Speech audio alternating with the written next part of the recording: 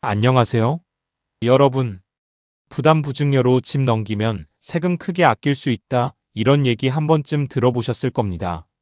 그런데 이거 아무 생각 없이 따라했다가는 오히려 세금 폭탄을 맞을 수 있습니다.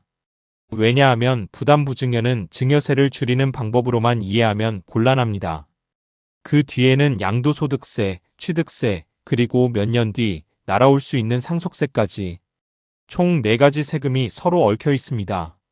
같은 15억 원짜리 아파트를 증여해도 누구는 수천만 원을 아끼고 누구는 오히려 수억 원을 더 냅니다. 그 차이가 어디서 나는지 지금부터 정리해 드릴게요. 주택부담부 증여란 증여하는 사람이 주택을 증여하면서 증여받는 사람이 해당 주택에 있는 임대보증금이나 주택담보대출 등 채무를 함께 인수하는 방식입니다. 이때 세법은 증여재산평가액에서 채무를 뺀 금액을 과세가격으로 하여 수증자에게 증여세를 부과하고 채무 부분은 유상양도로 보아 증여자에게 양도소득세를 부과합니다. 또한 수증자는 해당 주택에 대한 취득세를 부담합니다. 먼저 수증자가 부담하는 증여세에 대해 알아보겠습니다.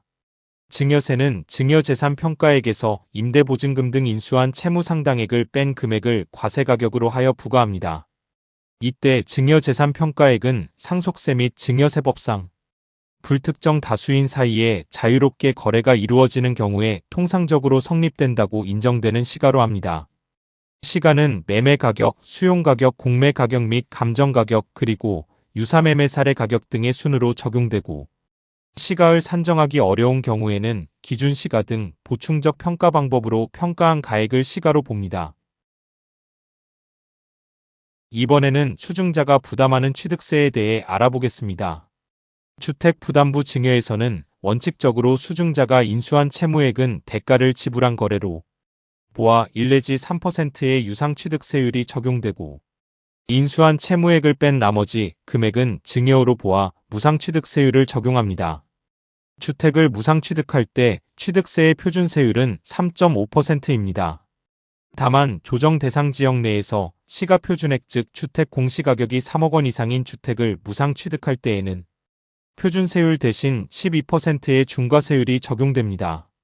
이 경우에도 증여자가 1세대 1주택자로서 소유한 주택이고 수증자가 배우자 또는 직계존비속이 취득하는 주택으로 이 두 가지를 충족하면 중과세율 적용이 배제됩니다.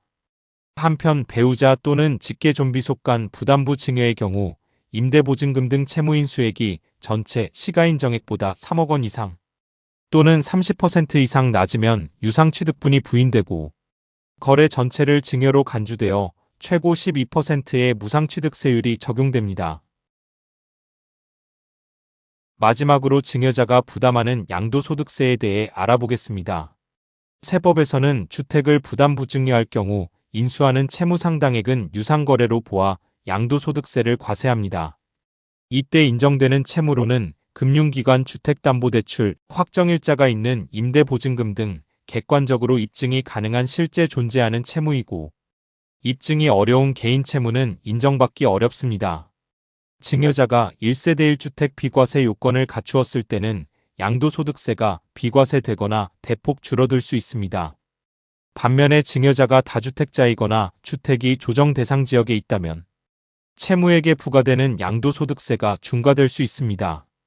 특히 국세청은 가족 간 부담부 증여의 경우 수증자가 인수한 채무액을 상환하는지 끝까지 부채 상환 현황을 추적 관리하며 자금 출처 조사를 통하여 증여자가 대신 부채 상환을 한 것이 적발되면 채무액 전체에 대해 증여세와 가산세가 추징됩니다.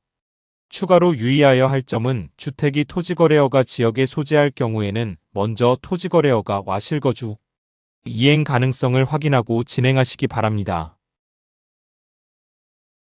숨겨진 복병, 상속세에 대해서도 알아보겠습니다.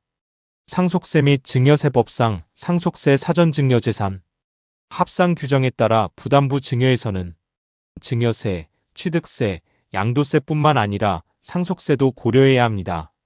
부모가 자녀에게 증여한 뒤 사망 전까지 자녀는 10년, 며느리나 사위 같은 상속인 외의 사람은 5년을 채우지 못하면 그 증여 재산이 다시 부모의 상속재산에 합산돼서 상속세가 재계산됩니다.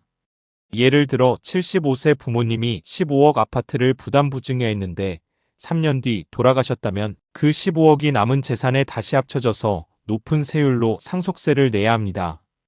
기납부한 증여세는 공제해주지만 애초에 기대했던 절세 효과는 크게 줄어들고 취득세 양도세만 이중으로 낸 셈이 될 수 있어요. 부모님의 연령과 건강 상태를 반드시 함께 고려해서 설계해야 하는 이유입니다. 이상에서 살펴본 바와 같이 부담부 증여는 증여세, 취득세, 양도소득세, 상속세 등을 고려해야 하는 고난이도의 복합거래이기 때문에 사전에 세무전문가의 도움을 받아 우리 가족 상황에 맞는 최소비용 구조를 설계하고 진행하시기를 권합니다.